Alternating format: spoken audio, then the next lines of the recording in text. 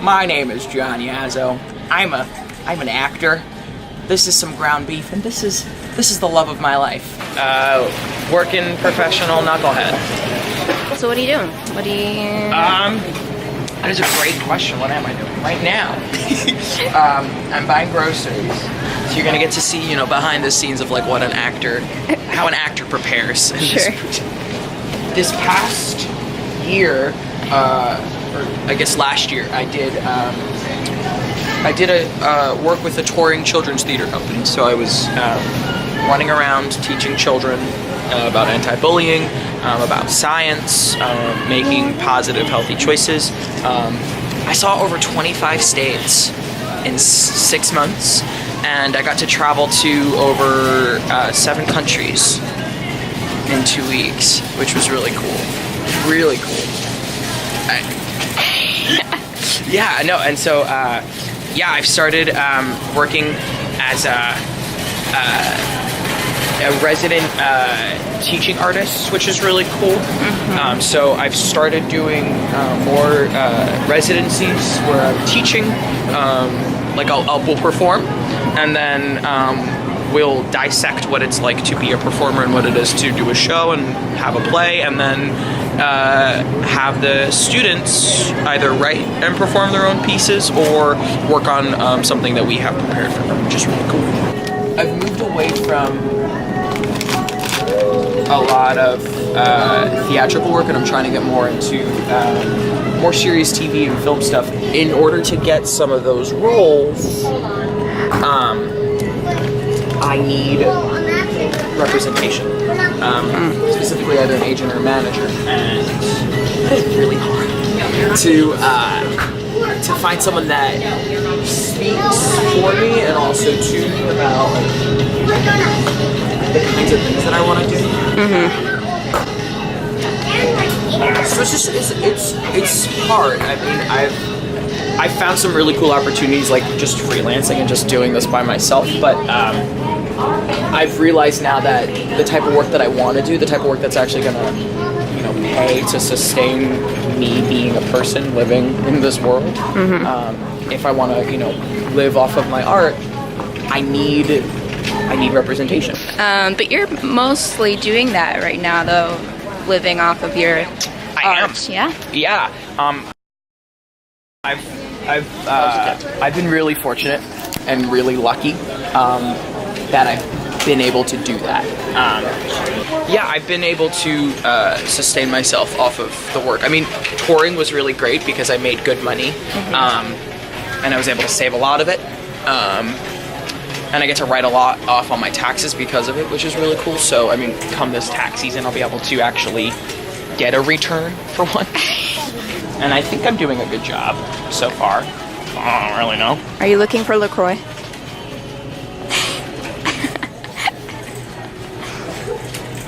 I'm actually gonna get this, some blackberry ginger ale. This is like the greatest. Let me sponsor Canada Dry, hire me. Sponsored. I'm hoping within this year, I'll be able to work enough that I won't have to worry about picking up like small little side projects or jobs. Like right now, one of the things that I'm doing is teaching little Chinese children English. So I wake up at the crack of dawn, so 2 a.m. Over Skype, over a program, I teach kids English.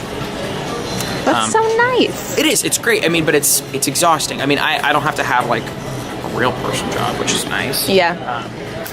And that's also another thing. So speaking of salsa, one of the things that like I've found more often than not these past couple of weeks, walking into auditions and walking into the audition rooms with some of these casting directors where they're looking for actors of color, specifically like Hispanic or Latino actors. I'll walk in because I am Latino, I am Hispanic, and I will shit you not. Which I don't know if I can say shit you not, but I've said it twice now. You want on the internet. Fucking bitch shit. Oh my gosh. But like, I'll get people being like, "Oh my god, it says here that you speak fluent Spanish." It's skin's so white. How could that be the case? I'm like, have you ever been to Cuba, which is where my mom is from, where she was born? Like, do you want to see that birth certificate? Because I'll show it to you. It's aggravating. It's aggravating that I have to prove my ethnicity to a bunch of white people in a casting room. Because unfortunately, I'm finding that in theater specifically, and also now with like films, it's like, if there's like a casting call where it's asking for an actor of color, specifically like a Latino, and even with like, I have friends that are African American who run into this where they're not black enough, they're light skinned, and it's and they will literally get told in the casting room that they are not black enough, and it's horrendous. It's awful, and it's the white theater makers that are the ones that are saying, you're not black enough, oh, you're not Latino enough. Because for my case, it's there's one shade, and it's if I don't look like I'm straight from Mexico, unfortunately, and I'm not trying to like, you know, stereotype or like generalization. You know, I'm not trying to do that, but like that's unfortunately what has happened, where if you don't look like that particular shade of Latino, you're not Latino. Then we're making a stink, and then we're not getting cast. Did I ever find that goddamn salsa? Stuff like that. I had a meeting with an agent who did not once look up from his phone to watch me actually audition. This agent was on his phone the entire time while I was doing my monologue, and then sat me down and we were talking, and like he was asking me, he's like, oh, so like what's your like living situation, where are you at? And I was like, well, I spent half my time in New York and half my time in Philadelphia, and you know, and he's like, oh, that's cool. I was like, yeah, you know, I went to the University of the Arts, and he brought up Aaron Cromie, so we talked about him for like a hot second. Like, he was like, oh yeah, how is he? I was like, I don't know. Then this agent looks down. So down at so this string cheese is gonna act as another person's resume, not mine, another person's. And he looks down and he goes, yeah, I think you should take Once Off This Island off your resume. Now remember, I didn't have my headshot, my resume, because I was running around with my grandparents all day. So I was like, what? And he goes, yeah, I don't think that's really servicing you. Like, you know, it's just like the whole race thing. And I was like, what? That's not my resume. Like an agent, like I did a one-on-one workshop with him to hire me, or like to sign me. I don't want to be signed to that. You know, one of my goals for 2018 is to get cast on Once on This Island and put it on your resume. Just to go back to him and be like, here I am. Once on This Island. Serving nobody but me. I need some seitan. Okay, let's find you some seitan. So Randy is judging me hardcore because the only oatmeal that I eat ever is dinosaur egg oatmeal. So Quaker Oats, sponsor me. But what are those eggs made of? Like gelatin or something? No, Randy, it's sugar, just pure sugar. But you're getting 3 grams of your dietary fiber. I'm gonna move this, I'm so sorry. You're such a disaster. I am. 4 grams of protein. And then the first vitamin. So we skip A and C because ain't nobody got time for them. We go right to calcium. You got iron, you got your vitamin D, thiamine, riboflavin, niacin. I thought you spoke Spanish. I'm not ethnic enough. I'm sorry. Did I not come in for the Caucasian role today? End me now. Folic acid. Oh God, that sounds disgusting. Phosphorus and magnesium. So the concept behind this is they have these little eggs. You didn't read the ingredients, did you? I just read down the entire thing. Oh, what's in there? Ingredients. There we go. Oh, okay. Whole grain rolled oats, dinosaur egg-shaped pieces, sugar, dextrose, hydrogenated palm kernel oil, maltodextrin. Okay, so the more I'm reading this, the more it's turning me off, and you're ruining my childhood. The concept is they have these eggs and they hatch with heat, and little dinosaurs emerge, and they're all different colors. Being honest. But how atrocious does that sound? There's eggs in your oatmeal and they hatch. They're not real eggs. They're made of maltodextrose, so it's fine. What did you just say? You said the youths of Philadelphia will just have to go to to sing the latest top 50 hits from Sirius XM's Broadway station, and I said I would rather gouge my eyes out with an empty Thin Mint box. Empty because I will eat all the Thin Mints and then gouge my eyes out with it. Would you say that you're a theater artist, or like what's on your website? What's on your business card? How do you label your own goddamn self? That's a good question. So, I just made my website after having it on my resume for 2 years saying that I had a website. Surprise! But I label myself as an actor, a creator, and a knucklehead because I'm crazy, I'm silly, and loud. Your 3 adjectives? From your UArts Business of Theater class? No, I don't remember what those were, so I made them up on the spot when I was making my website in Squarespace. I had a 14-day free trial, okay? I had to like TikTok, the clock was ticking. But no, I think creator is a good way, like, because I see people that post like, oh, like I'm a teaching artist, and they're not teaching, they're not really educating people, and I'm like, why would you brand yourself in that?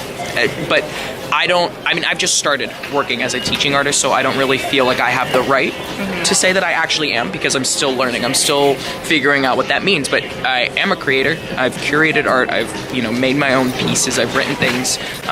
We talk about creating stuff all the time. We have 2 shows, or 2 like solid things that are like constantly in like gestation of like what we're gonna do. It's gonna be about Uber. How do we... Alright, so my head is sideways, and that's the top of the T. And this is the M. TM, homies. Trademark. But no, I think it's kind of like a general thing, but it fits what I'm doing. I wouldn't call myself a director. I wouldn't call myself a producer. There's other people behind us in the shot, so you're not getting your SAG ACTRA. What the hell are they doing? You're not getting your background rate. We don't have the $143 for a 10-hour rate, homie. Rate is 0.01 cents No, per day. We can't even afford that because that's 0.1, and that's a penny. Yeah, I would brand myself as an actor first, creator second, knucklehead third, but most importantly all the time. And I think knucklehead, like when I was branding myself and like trying to figure out like a cool way to like market me, because how do you market yourself, on paper, on a website? It's really hard to do that. And I was like, well, knucklehead is a striking word, it's a striking adjective. I haven't seen anyone use that to describe themselves on a website or on the internet, so I was like, great, pen it, coin it, at me. Also, people take themselves way too seriously. Oh my god, I don't have time so for that. I feel like it's refreshing for people to see that you are like having fun. It is silly that I have chosen this as a profession to pursue.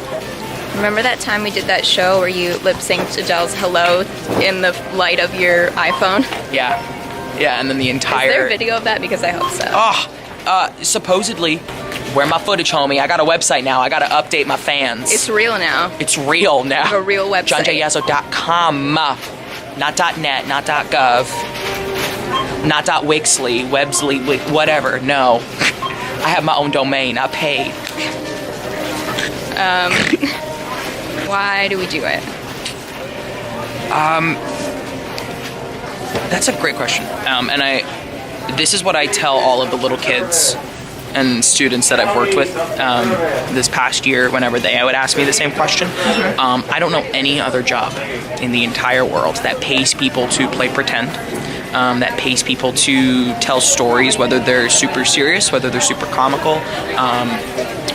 I think it's a testament to me being a person, me being a representation of myself and a representation of where I come from, and I think it's really cool that I get to say that I'm making a living as an actor, that I get to do this as a profession, and that I get to, I've gotten to travel this country and travel the world, and I don't think I would have had the opportunities and met the people like you.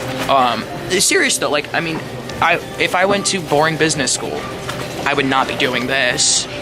You would not catch me at boring business school. I'm too sassy for my own good. Me too. I would get kicked out. I'd be like, I don't get it. Pythagorean theorem, what? And they'd be like, this is not a math class. And I'd be like, well, I don't belong here anyway. But no, it's serious. I think there is no other job like this in the world. And when I fell in love with theater, I fell in love with it at such a young age where I was like, I never imagined, and I wasn't able to really kind of comprehend that this could have been a career and a profession. And you know, I'm glad that I took a chance, and I'm glad that I kind of, you know, shot caution to the wind, as cheesy and as corny as that sounds, to like not have something feasible or like a real person job, but like I get paid to tell stories. We have real people. We have jobs. Yeah. Real person job. Yeah.